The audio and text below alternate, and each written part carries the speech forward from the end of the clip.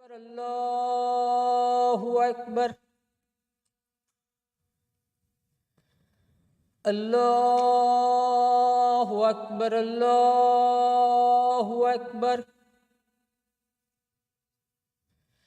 Ashhadu an la ilaha illallah.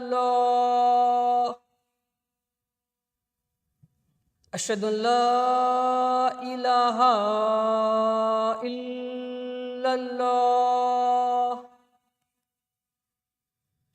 Ashhadu anna Muhammadar Rasulullah. Allahumma salli ala Muhammad wa ali Muhammad. Ashhadu anna Muhammadar Rasulullah. Allahumma salli ala Muhammad wa ali Muhammad. Ashhadu anna Aliyan waliyullah alayhi salam. Allahumma salli ala Muhammad wa ali Muhammad. Ashhadu anna Aliyan hujjatullah alayhi salam. Allahumma salli ala Muhammad wa ali Muhammad. Hayya ala salah. Hayya ala salah. Hayya ala falah. Hayya ala falah. Hayya ala khairil amal. Hayya ala khairil amal. Allahu Akbar. Allahu Akbar. La ilaha illallah. La ilaha illallah. Inna Allaha malaikatahu yusalluna ala nabi. Ya ayyuhallazina amanu sallu alayhi wa sallimu taslima. Allahumma salli ala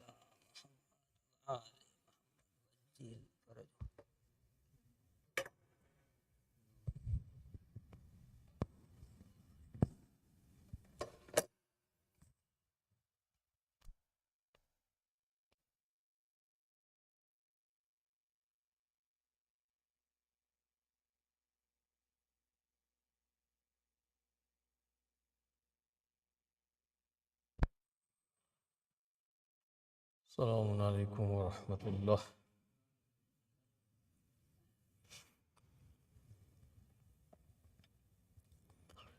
أعوذ بالله من الشيطان الرجيم. بسم الله الرحمن الرحيم. الحمد لله رب العالمين بارئ الخلائق أجمعين، والصلاة والسلام على خاتم الأنبياء والمرسلين سيدنا ونبينا ومولانا أبي القاسم محمد بسم الله وآله الطيبين الطاهرين الذين أذهب الله عنهم الرجس وطهرهم تطهيرا.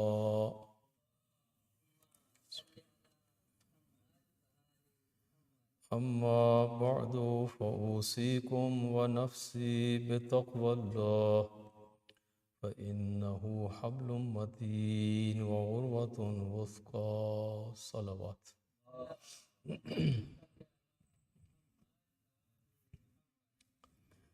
Dear brothers and sisters in Iman, first of all I advise myself for taqwa, parhizgari and piety, and then I advise all of you for the same. Today on the day of 18th of Dhul Hijjah, we are celebrating the greatest Eid of people of faith. Allah has blessed us with many Eids, and including Eid al-Fitr and Eid al-Adha, we have many Eids to celebrate, like the Eid Miladun Nabi or Eid al-Mab'as, and the Eids of the birthdays of Masumeen alayhimus salatu wassalam. So we have many Eids, but amongst them, according to the riwayat of Ahlul Bayt alayhimus salatu wassalam, this Eid, the Eid of 18th of Dhul Hijjah, is the greatest Eid. It's Eidullahil Akbar or Eidullahil A'zam, the greatest Eid. And the reason why it is greatest Eid, you have to know the significance and the background of this Eid. Among all the Muslims, I believe we are the only one, the followers of Ahlul Bayt, that who celebrate two dates or 2 days which are not celebrated by any other group of Muslims. And both are very important. One, the day when this mission of Prophet started, and the other, the day when the mission of Prophet completed. Beginning and the end. The first day when Prophet started, known as Bi'tha or Mab'as, Eidul Mab'ath, the 27th of Rajab. You go around and you will see that among Ahlul Sunnah, they will celebrate, even if they celebrate that date, it is as Mi'raj, the day of Mi'raj, the night of Mi'raj, or for other occasions, but they will not say that this is the day when Prophet started his mission. And also, this 18th of Dhul Hijjah, or even if you leave this day of 18th of Dhul Hijjah aside, any other day as the last day when Prophet accomplished his mission, you will not see in their calendar. They will talk either about the different occasions in the life of Prophet and in his struggle between these 23 years, different occasions they will talk about, but very little. But they are not going to talk about the beginning, and they are not going to talk about the ending. Maybe one of the reasons is that they know they were not there when it started. They came later, they joined the group, they joined the Prophet at a later stage, and they were not there when Prophet started. And they just don't want to have a sad day for them, or they don't want to acknowledge that there was a day when Prophet was engaged in his mission, but we were not there. We came later. So it needs a lot of humility to accept the fact that yes, there was a day when Prophet was standing there as Prophet, and there were a few people with him, but we had not joined the Prophet yet.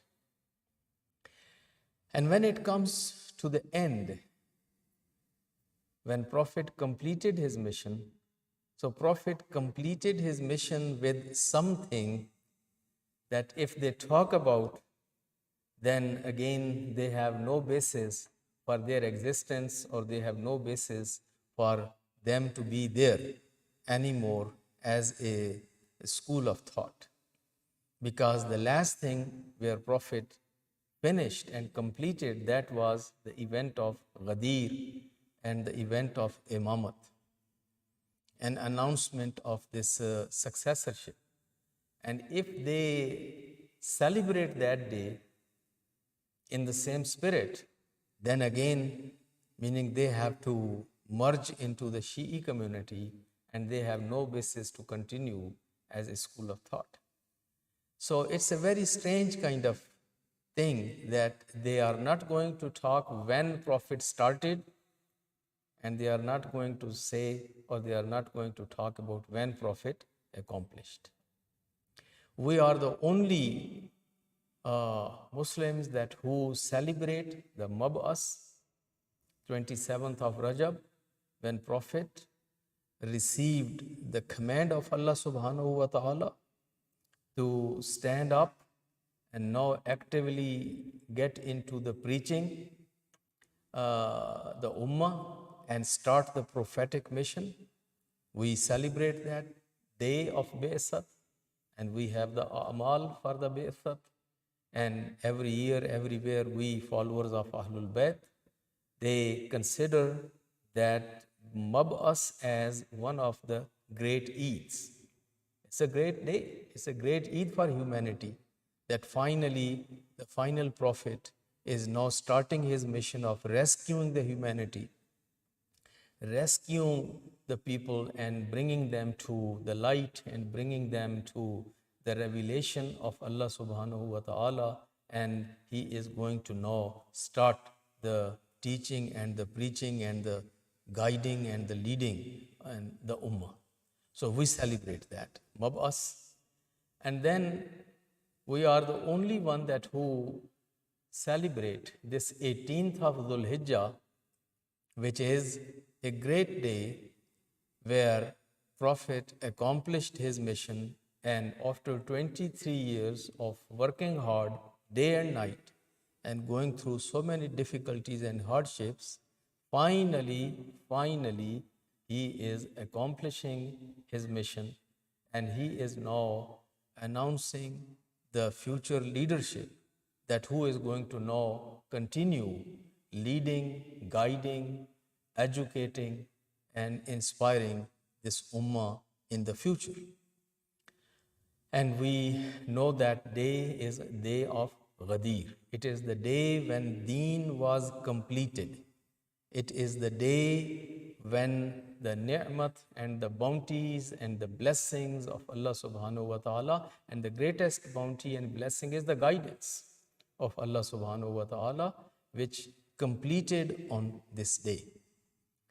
So, this Eid Mab'as and Eid Ghadir, in between these two Eids, we have the struggle of 23 years and all the prophetic effort and all this, what he did. Recite the salawat.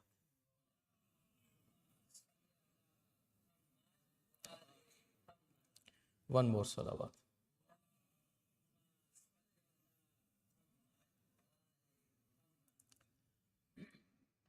We will have, inshallah, a whole event tomorrow where we will talk about the details of this event and what is the importance of Ghadir, what we learn from Ghadir, and what is the message of Ghadir, and what are our references for Ghadir. By telephone karna hai to bahar jaake kar lo. So that when we are talking about this Ghadir and the importance of Ghadir, then we can, and we have references, because Ghadir is something which is the basis of our faith and our this maslak or madhab of the followers of Ahlul Bayt alayhimus salatu wassalam. And we believe that if people would agree, or if people would believe in Ghadir, and if they would celebrate the Ghadir, then we wouldn't have this tragedy of Ashura. We wouldn't have Karbala. We wouldn't have then what had happened with Sayyida Salamullah alayha after the death of her father. We wouldn't have all those tragedies. So the reason of all those tragedies which have happened to Janab Sayyida or Amirul Mu'mineen or Imam Hassan or Imam Hussain, or later that was forgetting the Ghadir. That is why we need to understand the emphasis of Ahlul Bayt to remembering the Ghadir and celebrating the Ghadir. Ghadir is not just one simple event. It is a new phase of Islam. It is a new phase of the community. And it brings so much with it that if people accept it and if people believe in this Ghadir in its proper spirit, then all the other issues and whatever the confusions they have, they can be removed. So remembering the Ghadir, the story of Ghadir, the message of Ghadir, celebrating the Ghadir is one of the major events in our madhab, in our maslak. We have riwayat from Ahlul Bayt alayhimu salatu wassalam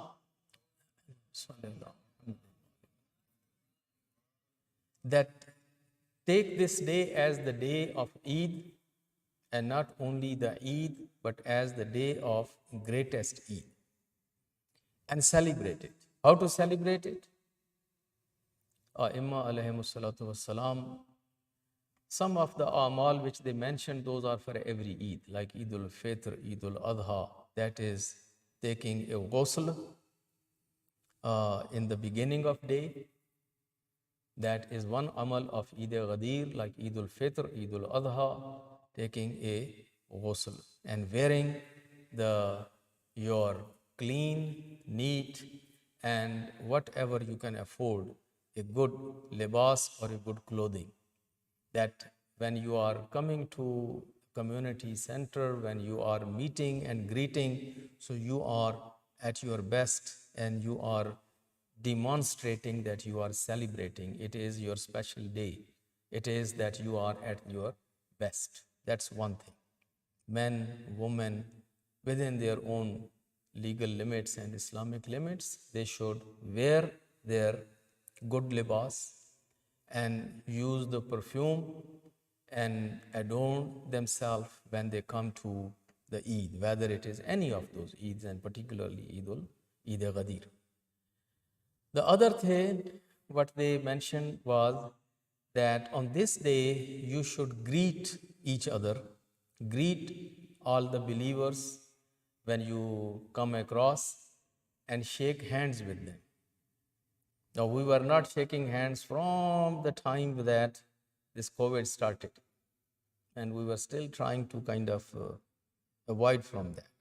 But today is the day that we are going to, inshallah, break that, and we will be shaking hands with one another. Shaking hands, which is called musafaha, is recommended and highly recommended on the day of Ghadir.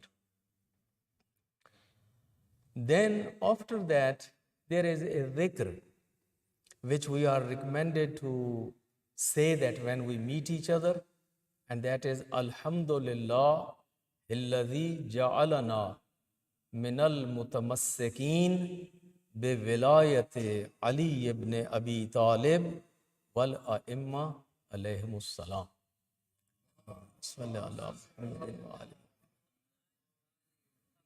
If you can say it in Arabic, excellent. Otherwise, say it in your native tongue.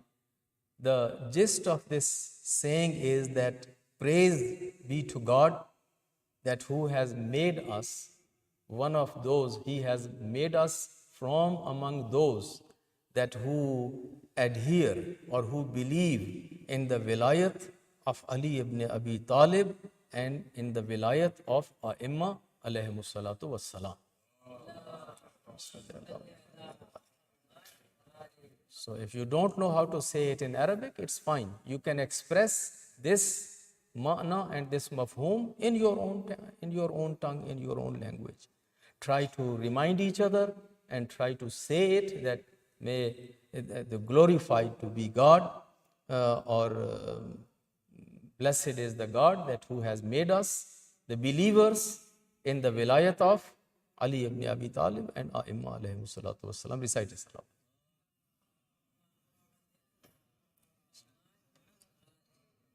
Also, this is a day of hosting, feeding, distributing the food and the drinks, and it is a day that of believers are encouraged to give each others gifts, whatever they can afford. And of course, abruptly, these things are not possible. We need to plan for this day ahead of time, and we can put some budget aside, and we can purchase certain small things as gifts, and then we can bring those things either in the center, in the masjid, in these celebrations, or door to door. We can go to those families, to those brothers and sisters, and give them those gifts. This is as sometime on the day of Eid al-Fitr, we go around and we distribute the sweets or halwa or sevaiya or something like that. And similarly, on this Eid al-Adha, we go with this meat of sacrifice, and we go to different doors in community and we deliver that meat. On the day of Eid al-Ghadir, we need to do the same thing by distributing some gifts, some tabarruk, some goodie bags for children, for the community members, relatives, whatever we can do. So that should be also, that is part of the celebration and the a'mal. We think a'mal are only the namaz and the sajdas and the zikr and these a'mal which inshallah we will be doing, but part of the a'mal is this one also. Imam Riza alayhi salatu wassalam,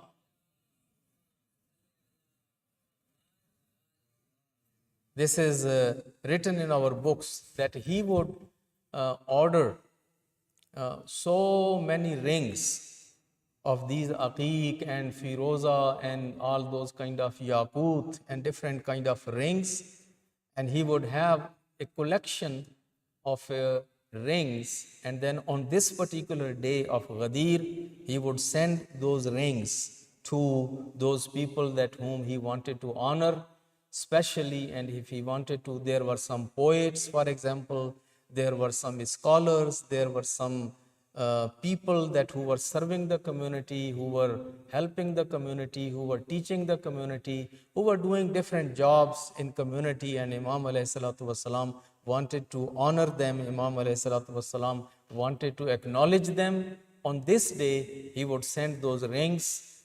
Some of those people, when they would visit him, then he would give them, or he would send them to their homes. To some people, he would send abba, he would send for example, khalat, what we call the libas, the jubba. So Imam alayhi salatu wasalam had all those kind of things, and maybe it was done by some other imams also, but it is particularly written in the life account of Imam Ali ibn Musa al-Rida alayhi salatu wasalam.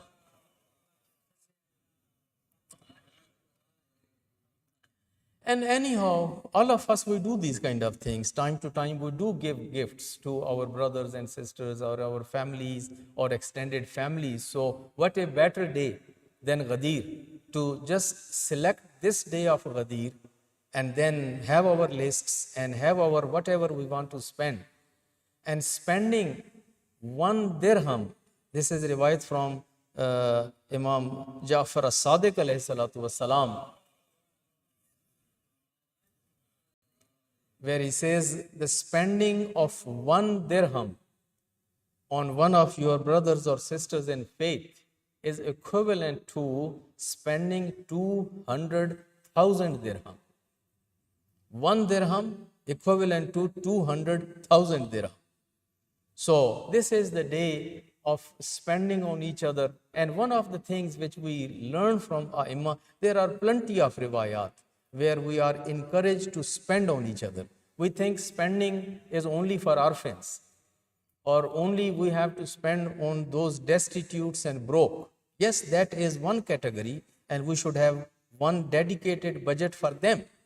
But then there's some budget is just to honoring each other, honoring our these brothers and sisters who are always around us. First, our own family, then our extended family, then our community members, our neighbors. We need to have some budget to honor them also. And then we are honoring them and they are honoring us, and this becomes a culture. This becomes a culture of giving the gifts and spending on one another. And as I said, spending on one another is not wasting, is not wastage. It is a'mal. It is one of the a'mal of these great days. So that is another amal that which we are supposed to do on this day. So basically, it makes this day special, memorable, a celebration, truly an Eid of Ale Muhammad alayhi salatu wassalam. Recite salam.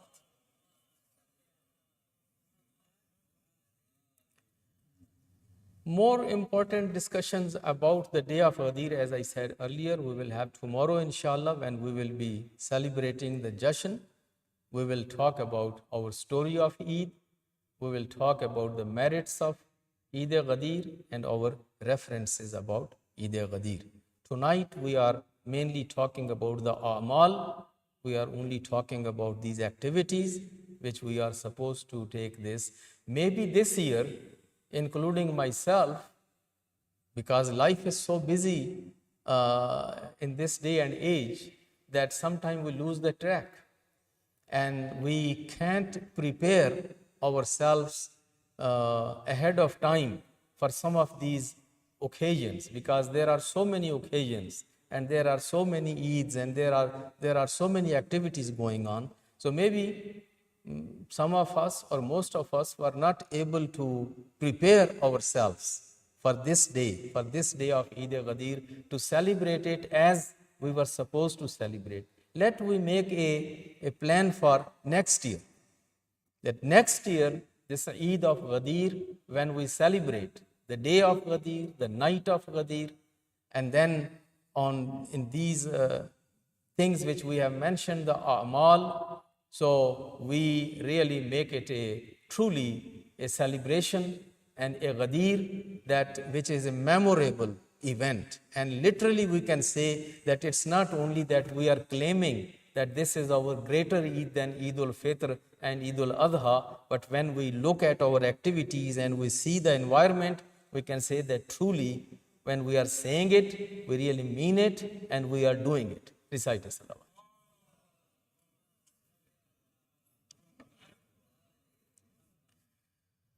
أعوذ بالله من الشيطان الرجيم. بسم الله الرحمن الرحيم. والعصر إن الإنسان لفي خسر إلا الذين آمنوا وعملوا الصالحات وتواصوا بالحق وتواصوا بالصبر.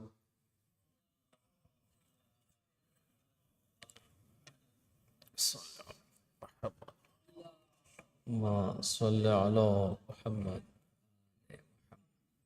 اللهم صل.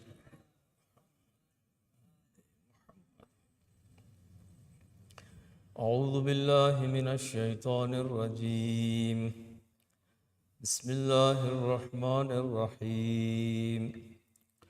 الحمد لله الذي لا إله إلا هو الحليم الكريم غافر الذنب وقابل التوب وهو الغفور الرحيم. إن الله وملائكته يصلون على النبي يا أيها الذين آمنوا صلوا عليه وسلموا تسليما.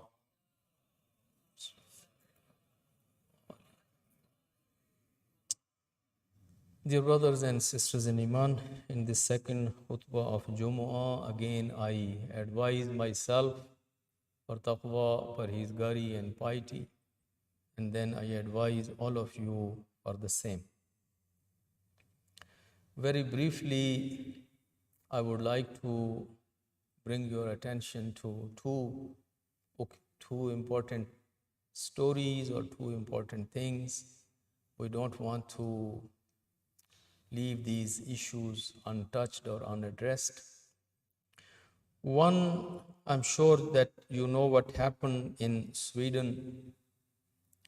A crazy individual came out and he disrespected Quran al-Hakim. Apparently, they say that, oh, he was a sick man and he was this and he was that. But it's not only that much. The story is bigger than that. Actually, after a while, every time, every year, whether it is Denmark, whether it is Norway, whether it is Sweden, whether it is Holland, these countries, European countries, they do this almost every year. Sometime it happens in one part, sometime it happens in the other part.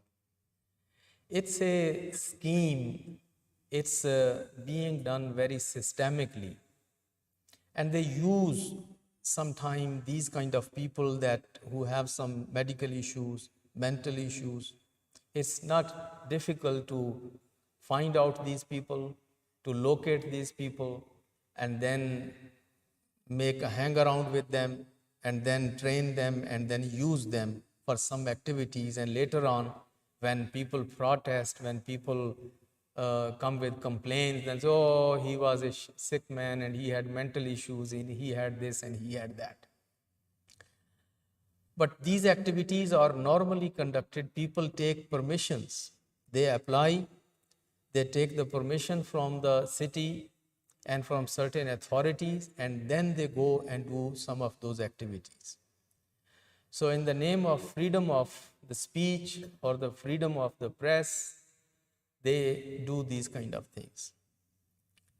Time has come that in this day and age, when the whole humanity has become one global village, everyone has to be sensitive to the issues or to the muqaddasat of each other or sensitivities of each other.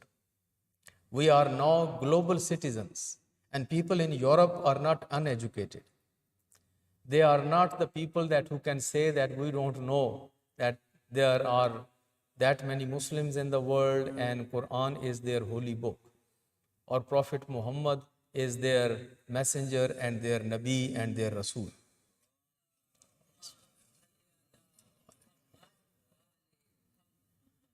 So we wanted to condemn this event or this activity which was disgraceful, and we need to somehow, as we condemn, we need to find some creative ways and some better ways to bring it to the attention of the world and to educate the people about the respect and the respect of all religions and respect of all muqaddasat of all adyan and madahib. There are some creative ways also to do the protests. Protests are not only about throwing stones or burning the properties and those kind of things. Those are counterproductive protests. So we need to learn and we need to educate each other that when these kind of things happen, what is the better way to protest? What are the better ways to raise our voice at national and international stage? And we need to get into writing letters to our representatives or to the international agencies and international organizations. We need to learn how to make phone calls to those relevant authorities, those relevant agencies, relevant offices. And again, we need to know that when we call, how to talk to them and what to say and what not to say. when we write, what to write and what not to write. This again, this is no need of need of hour. This is need of the time. Some of you brothers and sisters who have the background, who are people with experience or people with knowledge. I see Sister Hina Musabji sitting there among the sisters, and she is, mashallah, attorney and an activist and actually a leader who is participating in so many these organizations and these activities. I will request her from here, from this pulpit, that look into it and talk to some other sisters and to some brothers and hold 1, 2, or 3 kind of workshops to educate each other and to talk about this, that when these things happen, how should we respond in a civic way, in a civil way, and how should we respond to these tragedies and these events, where to call, how to call, where to write, how to write, what to write, and how to gather the facts first, and then how to do this. Most of us, we feel that there is no benefit of writing letters, no benefit of making calls. So we just become hopeless, and then we all pour. When I say we all, I don't mean here you all, but tendency is that people will just try to go in street and they will express their anger in the streets. That anger, expressing anger in streets, is many times counterproductive, and that doesn't do any good. I'm not saying that we shouldn't have protests, but I'm saying we should learn how to do peaceful protests. We should learn how to make the effective protests. And this is something new to many of us. We need to learn. I will even attend those workshops and try to learn and to get educated. And I will encourage other brothers and sisters also to look into it and please participate. I just want to share with you one example that how some people everyone has done in their way. Yesterday on social media, I saw the Iraqi soccer team was going to play with another team of another country. And you know the soccer team, when they go in the soccer field, they all stand together in a circle and they put their hands on the waist of each other, and then they say something, and then they spread out in the soccer field. So this soccer team of Iraq, they stood in the same position, and they brought one copy of Quran, and they raised that copy of Quran in their hand in that soccer field, and then all of them, they kissed that copy of Quran as a team, one after another. And then they sent back the Quran to the pavilion, and then they started praying their soccer.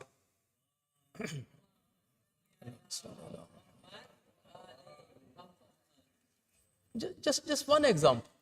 And there are 1001 ways that how we can demonstrate our love and our respect to the Quran or to the Prophet. And we just need to educate our neighbors, our co-workers, and the people around, and international society. And we know that there are some special interests, and there are people who are enemies of Islam and Muslims, and they are committed with their mission, but we need to do our job also. We need to educate. We need to go and educate others. And I personally feel that anytime they disrespect Quran, we should print and publish at least one more edition of Quran and circulate it free in the community and in the society. Every time you will disrespect Quran, we will print one more edition of Quran and we will circulate it everywhere. This is just one of the ways, and there are so many other ways. So that was one thing I wanted to discuss, that it has happened in Sweden, and we condemn it, and we raise our voice about it. But we need to, again, this was not the first time, And I don't believe this is going to be the last time. These things keep happening. We need to learn how to respond. And it will take a long time until we really reach to some level that everyone respects each other's muqaddasat. Recite salawat.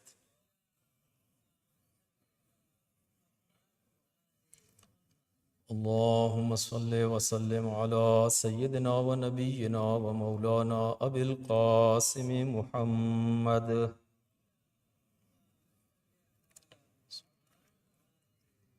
وعلى أمير المؤمنين وإمام المتقين علي بن أبي طالب وعلى سيدة نساء العالمين فاطمة الزهراء وعلى الحسن والحسين سيدي شباب أهل الجنة وعلى علي بن الحسين ومحمد بن علي وجعفر بن محمد وموسى بن جعفر وعلي بن موسى ومحمد بن علي وعلي بن محمد والحسن بن علي. اللهم صل على مولانا صاحب العصر والزمان وعلى آبائه الكرام واتصل الليالي والأيام. أما بعد فقد قال الله تبارك وتعالى بسم الله الرحمن الرحيم إن الله يأمر بالعدل والإحسان وإيتاء ذي القربى وينهى عن الفحشاء والمنكر والبغي يعظكم لعلكم تذكرون.